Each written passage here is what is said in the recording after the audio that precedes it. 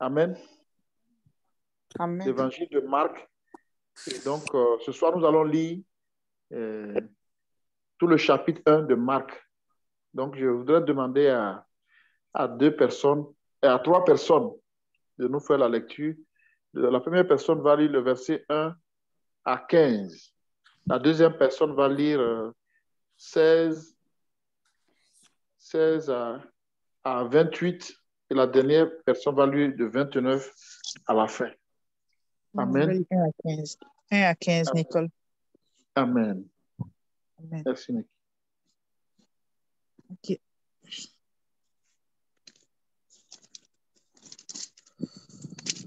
Un instant, s'il vous plaît. OK. Parole de Dieu, Marc, verset 1 à 15. Voici le commencement de l'évangile de Jésus-Christ, Fils de Dieu.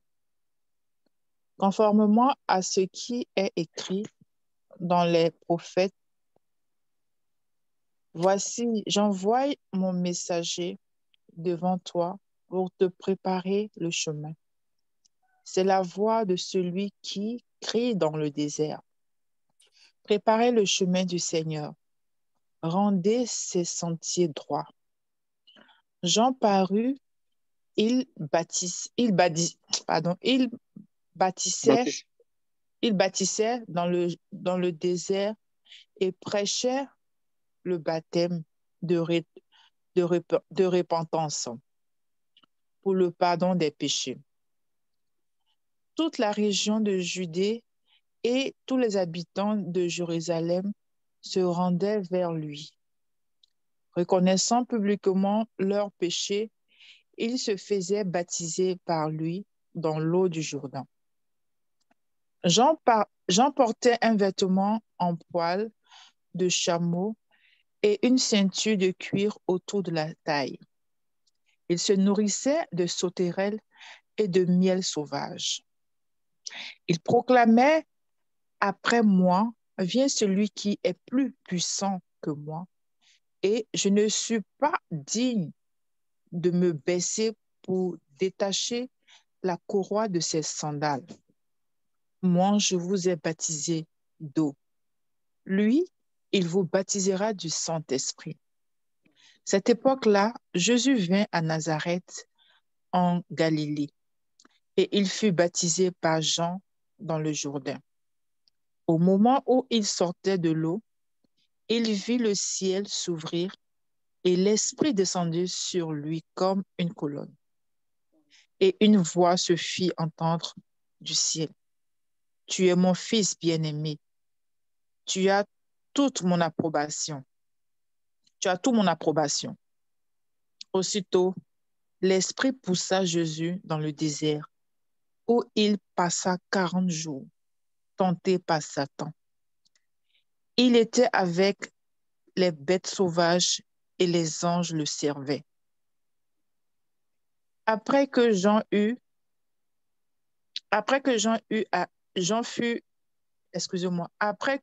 été arrêté, Jésus alla en Galilée. Il proclamait la bonne nouvelle du royaume de Dieu et disait: le moment est arrivé et le royaume de Dieu est proche. Changez d'attitude et croyez à la bonne nouvelle. Parole de Dieu. Amen. Je continue par sa grâce. Comme il passait le long de la mer de Galilée, il vit Simon et André, frère de Simon, qui jetaient un filet dans la mer, car ils étaient pêcheurs. Jésus leur dit: suivez-moi et je vous ferai pêcheurs d'hommes. Aussitôt, ils laissèrent leur filet et le suivirent. Étant allé un peu plus loin, il vit Jacques, fils de Zébédée, et Jean, son frère, qui, eux aussi, étaient dans une barque et réparaient leur filet. Aussitôt, il les appela et, laissant leur père Zébédée dans la barque avec les ouvriers, ils le suivirent. Il se rendit à Capernaum et le jour du sabbat, Jésus entra d'abord dans la synagogue et il enseigna. Ils étaient frappés de sa doctrine car il enseignait comme ayant autorité et non pas comme les scribes. Il se trouve dans leur synagogue un homme qui avait un esprit impur et qui s'écria: Qu'y a-t-il entre nous et toi, Jésus de Nazareth? Tu es venu pour nous perdre. Je sais qui tu es, le Saint de Dieu. Jésus le menaça, disant: Tais-toi et sors de cet homme. Et l'esprit impur sortit de cet homme en agitant avec violence et en poussant un grand cri. Tous furent saisis de stupéfaction, de sorte qu'ils se demandaient les uns aux autres: Qu'est-ce que ceci? Une nouvelle doctrine? Il commande avec autorité, même aux esprits impurs, et il leur obéissent. Et ils lui obéissent, et sa renommée se répandit aussitôt dans tous les lieux environnants de la Galilée. Amen. Amen. Amen. Amen. Je lis la troisième partie. Amen. Merci Jésus. On dirait que ma version est un peu différente, excusez-moi. Ils quittèrent la synagogue et allèrent aussitôt à la maison de Simon et d'André en compagnie de Jacques et Jean. La belle-mère de Simon était au lit parce qu'elle avait de la fièvre. Dès que Jésus arriva, on lui parla d'elle. Il s'approcha d'elle, lui prit la main et la fit lever. La fièvre la quitta et elle se mit à les servir. Le soir, après le coucher du soleil, les gens transportèrent vers Jésus tous les malades et ceux qui étaient possédés d'un esprit mauvais. Toute la population de la ville était rassemblée devant la porte de la maison. Jésus guérit beaucoup de gens qui souffraient de toutes sortes de maladies et il chassa aussi beaucoup d'esprits mauvais. Il ne laissait pas parler les esprits mauvais parce qu'il savait eux qui ils étaient. Très tôt le lendemain, alors qu'il faisait encore tout noir, Jésus se leva et sortit de la maison. Il s'en alla hors de la ville, dans un endroit isolé. Là, il se mit à prier. Simon et ses compagnons partirent à sa recherche. Quand ils le trouvèrent, ils lui dirent: Tout le monde te cherche. Mais Jésus leur dit: Allons ailleurs, dans les villages voisins. Je dois prêcher là-bas aussi, car c'est pour cela que je suis venu. Et ainsi, il alla dans toute la Galilée et il prêchait dans les synagogues de la région et il chassait les esprits mauvais. Un lépreux vint à Jésus, se mit à genoux devant lui et lui demanda son aide en disant: Si tu le veux, tu peux me rendre pur. Jésus fut rempli de pitié pour lui. Il étendit la main, le toucha et lui déclara: Je le veux, sois pur. Aussitôt, la lèpre quitta cet homme et il fut pur. Puis Jésus le renvoya immédiatement en lui parlant avec sévérité. Écoute bien, lui dit-il, ne parle de cela à personne, mais va te faire examiner par le prêtre. Puis offre le sacrifice que Moïse a ordonné pour prouver à tous que tu es guéri. L'homme partit, mais il se mit à raconter partout ce qui lui était arrivé. À cause de cela, Jésus ne pouvait plus se montrer dans une ville. Il restait en dehors dans des endroits isolés et l'on venait à lui de partout. Parole de notre Seigneur Jésus-Christ. Amen. Amen. Amen.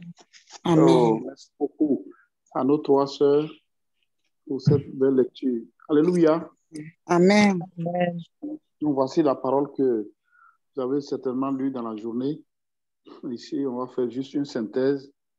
Et le temps est court, ne reste pas beaucoup de minutes. Je vais juste introduire l'évangile de Marc, parce que comme on va lire tout le livre de Marc, c'est mieux d'avoir déjà une idée de ce que ce livre-là exprime exactement. Vous savez que le Nouveau Testament, la deuxième partie de la Bible, commence par 4 livres qu'on appelle les évangiles. Il y en a 4, Matthieu, Marc, Luc et Jean. Alors, ces livres-là, ce qu'ils ont en commun, c'est qu'ils expriment, ils révèlent et nous rapportent la vie de Jésus, n'est-ce pas, son ministère, sa mort et sa résurrection. C'est vraiment ça en résumé. Mais chaque livre a une spécificité. Dieu, le Saint-Esprit, par sa sagesse, quand il inspirait ces gens, les apôtres, pour écrire, chacun écrivait, mais derrière, il y a une orientation que l'Esprit de Dieu lui donnait. Dans Matthieu, si vous voulez voir, il y a des événements que Matthieu rapporte. Ces événements, vous allez les retrouver aussi dans les autres, dans Marc, dans Luc, dans Jean. Mais l'orientation qui est donnée à Matthieu, c'est qu'il s'adresse aux Juifs et il leur dit que Jésus, là, c'est le Messie qui a été promis dans l'Ancien Testament. Amen. Amen. C'est le roi de l'Ancien Testament a parlé là, c'est lui. Donc vous allez voir que tout se rapporte à Jésus, le Messie promis, le roi promis qui vient à Israël. Marc, lui, va donner une présentation de Jésus, mais je vais passer sur Marc comme je dois y revenir. Luc, lui aussi, va présenter Jésus sous un autre aspect. Lui, il va montrer simplement que Jésus est le sauveur de tous les hommes. Amen. Il Amen. dit que le Fils de l'homme est venu chercher, sauver ce qui était perdu. Et Jésus n'est pas venu seulement pour les Juifs, pour les Romains ou pour les Grecs, il est venu pour tous les hommes. N'est-ce pas? Il est venu pour sauver tous les hommes. Et Luc le présente comme le Fils de l'homme. C'est l'expression que Jésus aimait. Donc, Jésus, l'homme de la même nature que nous. C'est ce que Luc nous présente. Jean va représenter Jésus sous un autre angle. Il va nous révéler que Jésus n'est pas un simple homme, mais il est Dieu. Amen.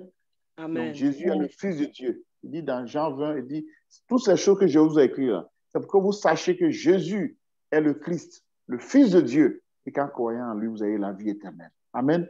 Jean nous présente donc Jésus comme le Fils de Dieu, Dieu manifesté en chair, la parole faite chair qui est venue parmi nous. Amen.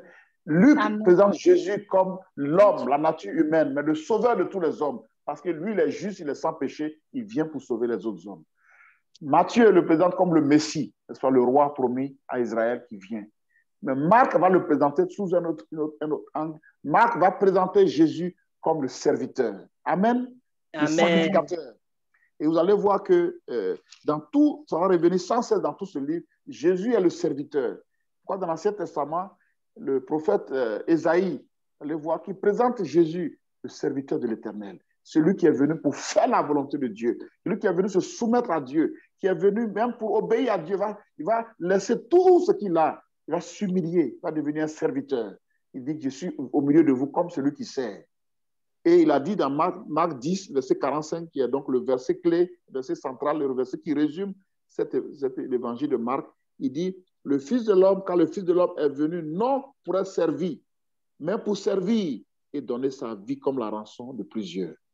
Donc il dit, le Fils de l'homme est venu non pas pour qu'on le serve, mais il est venu pour nous servir. Amen. Donc, Marc va présenter Jésus comme le serviteur. Mais pourquoi il le présente comme ça? Parce qu'il faut qu'il s'humilie pour nous sauver. Il faut qu'il s'humilie pour nous donner l'exemple. Et donc, il va accepter de souffrir la croix. Il va accepter de livrer sa vie en sacrifice. N'est-ce pas? Pour nous servir, pour répondre à notre besoin de salut, pour nous délivrer de notre condamnation, pour nous sauver. Donc, il va accepter de s'humilier, d'obéir, de faire la volonté de Dieu, de servir les desseins de Dieu. Et donc, Marc va aussi nous enseigner que Jésus, là, il a fait cela pour nous donner un exemple. Oui. C'est pourquoi Marc, l'auteur même là, il s'appelle Jean-Marc, dans les épîtres, on le présente comme Jean-Marc, mais il était un des disciples de Pierre. Il a beaucoup suivi Pierre.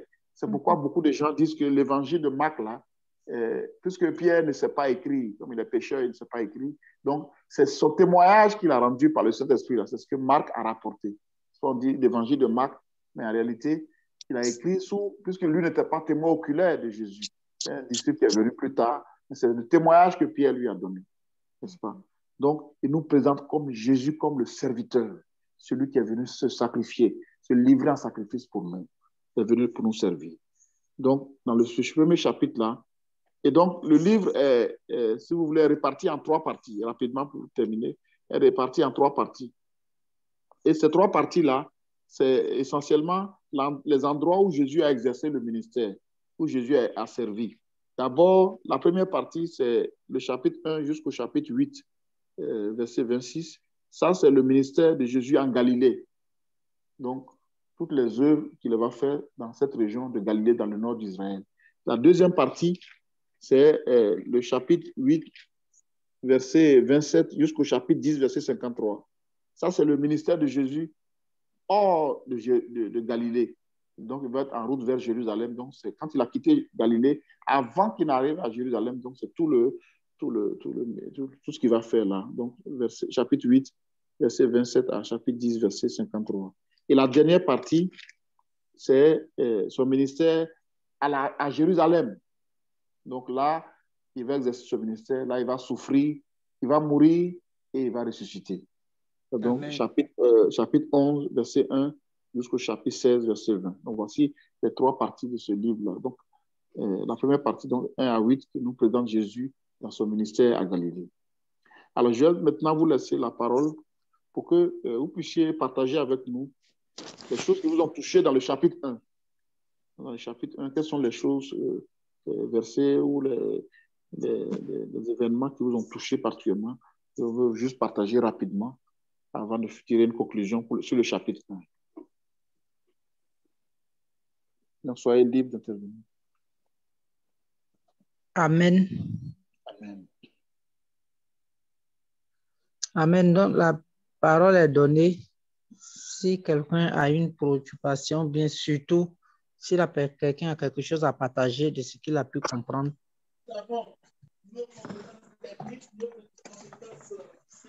Amen. Amen. Amen. Moi, je voulais juste partager à partir du verset 1 jusqu'à...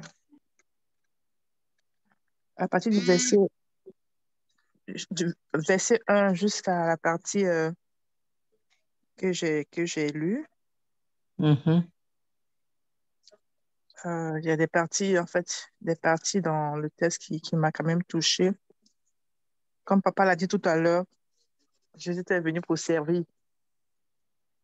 Et après son baptême, ce qui m'a touché, c'est qu'il est allé directement. C'est-à-dire, c'est après son baptême que son œuvre, son ministère même a commencé.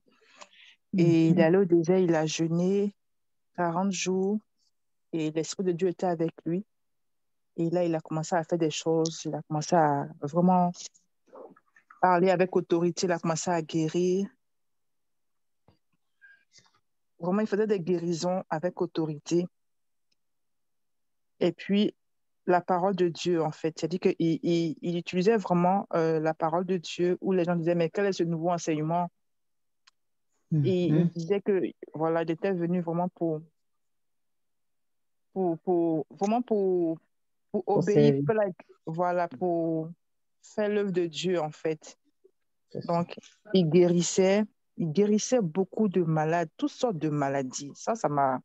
C'est venu réveiller vraiment mon esprit. Et ça, dans cette même partie-là, ça a été insisté. Il chassait avec autorité les démons, les esprits, aussi les démoniaques, et puis ils ont parlé des esprits impurs.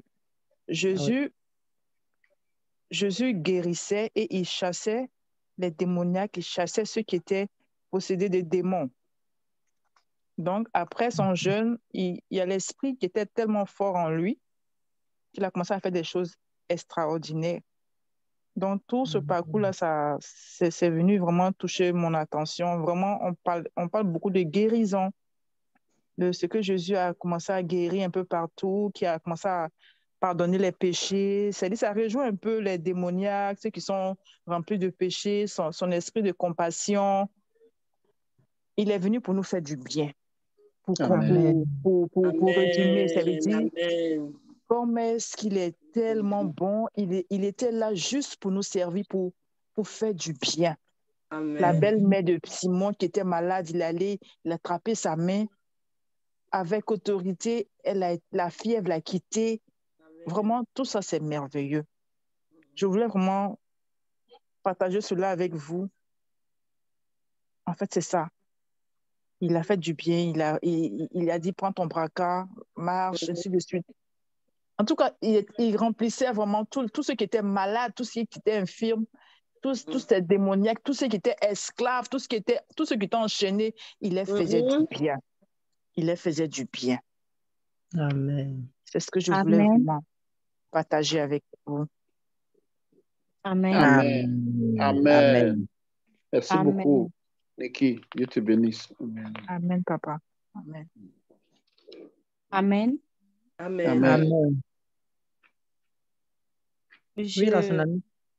Oui, je vais compléter en disant non seulement qu'il est venu pour nous délivrer tous ceux qui sont chargés et tous ceux qui sont possédés par les esprits, mais aussi la partie qui m'a le plus touchée, c'est que même les démons reconnaissent qu'il est le Saint, le Saint du Saint. Et le verset 24 dit que les démons, ils l'ont reconnu, ils ont dit, mais qu'est-ce qu'il y a entre toi et nous? Comme tu es venu pour nous perdre. Je sais que tu es le Saint des Saints. En lui, même les démons reconnaissent qu'il est le Saint des Saints. Il est celui qui n'a aucune faute et qui va finalement donner sa vie pour nous libérer de nos fautes. Parce que nous, étant pécheurs, il est venu pour nous libérer. Vraiment, ce verset est venu vraiment me parler de la nature, de la sainteté du Seigneur. Amen. C'est ce que je veux ajouter. Amen. Amen. Amen. Amen. Moi aussi, j'ai quelque chose à ajouter. Pour moi, c'est la vie de Jean-Baptiste qui m'a beaucoup touchée. Le verset 6, on dit, Jean avait un vêtement de peau de chameau et une ceinture de cuir autour des reins. Il se nourrissait de sauterelles et de miel sauvage. Il prêchait disant, il vient après moi, celui qui est plus puissant que moi, et je ne suis pas digne de délier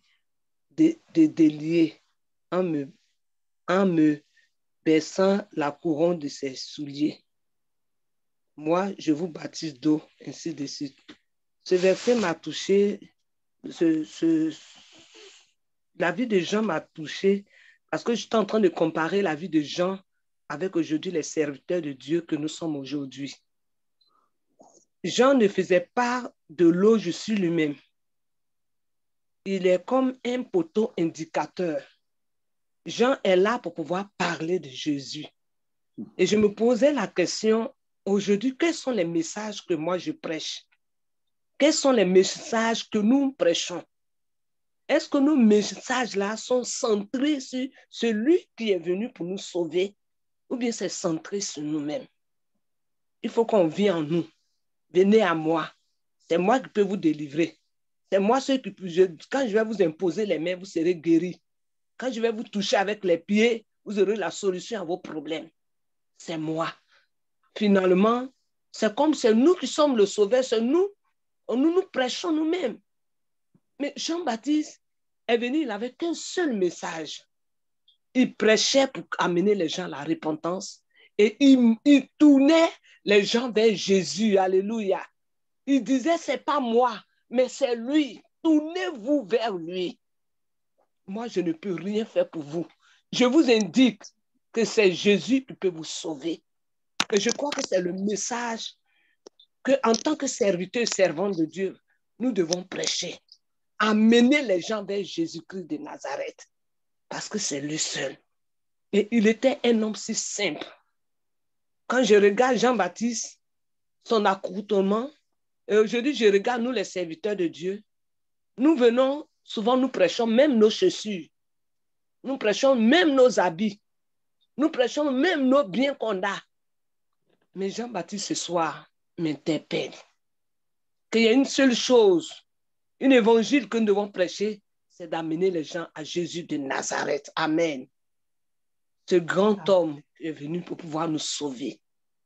Donc, il nous aide dans nos exhortations, dans nos prédications, à présenter Jésus-Christ qui est l'essentiel. C'est l'évangile central. Jésus-Christ, l'essentiel, parce qu'il est la porte du royaume. Ça, c'est la première des choses qui m'a marqué dans ce texte. La deuxième, c'est le verset 34. Il guérissait beaucoup de gens qui avaient diverses maladies. Il n'y avait aucune maladie qui pouvait résister à cet homme. Aucune maladie. À cause de la sainteté qu'il incarnait, à cause de sa vie d'obéissance. Et ce même Jésus-là, il est en moi, il est en nous. Donc, si je me consacre davantage à lui, si je lui suis obéissant, si je fais sa joie, il n'y a pas quelqu'un qui va être malade que je vais prier pour lui qui ne sera pas guéri. Parce que ce n'est pas moi, mais c'est lui qui est en moi là. Ce même Jésus, il est en moi là. C'est lui qui va se glorifier. Il est en moi par son esprit. Donc, ce verset 34 me demande encore de plus me consacrer au Seigneur, de plus lui être obéissant, en fait que les mêmes miracles qu'il a opérés là, il continue de l'opérer au travers de moi.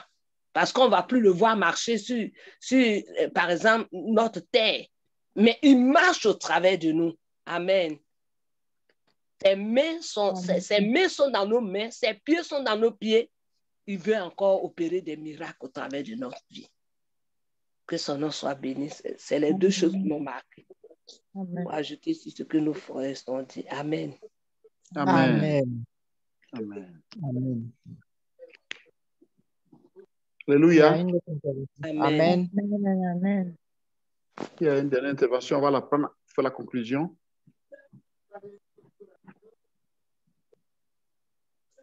Il n'y a plus d'intervention, papa. D'accord. Alléluia. Amen. Oh, le Seigneur nous bénisse pour ces merveilleuses interventions. Le texte est tellement riche qu'on peut même passer toute une nuit à veiller pour décortiquer. Tellement il y a des choses à dire. Dieu nous bénisse. Et on voit que après son baptême, Jésus n'a pas perdu le temps, n'est-ce pas? Immédiatement, il est allé chercher la puissance de Dieu. Il a commencé à travailler. Il a commencé à travailler, à servir. Puisque regardez le verset 41, on dit Jésus ému de compassion. C'est la compassion. Il voyait les gens souffrir, parce que c'est à partir quand il a eu 30 ans. Donc pendant tout ce temps, il a observé la souffrance des hommes. Mais le temps n'était pas encore venu. Et quand le temps est venu, il s'est mis au travail, au service des hommes, sans tarder, pour délivrer les captifs, pour guérir les malades. Et comme vous l'avez dit, le même Jésus qui a opéré quand il était sur la terre, il est en nous par le Saint-Esprit. Donc, si nous lui laissons la place, il va nous utiliser. Il dit que l'autorité qu'il a là, il nous a donné le pouvoir. Il dit, je vous donnerai le pouvoir de dominer sur les serpents, sur toute la puissance de l'ennemi. Et il nous dit que nous recevons une puissance, le Saint-Esprit viendra sur nous et nous serons ses témoins. Il dit, celui qui croit en lui fera des choses il a faites, il en fera même de plus grandes. Amen. Donc, Amen. nous devons aspirer donc à exercer ce ministère-là aussi, à prendre autorité, à prier pour les malades et à chasser des démons. Oui.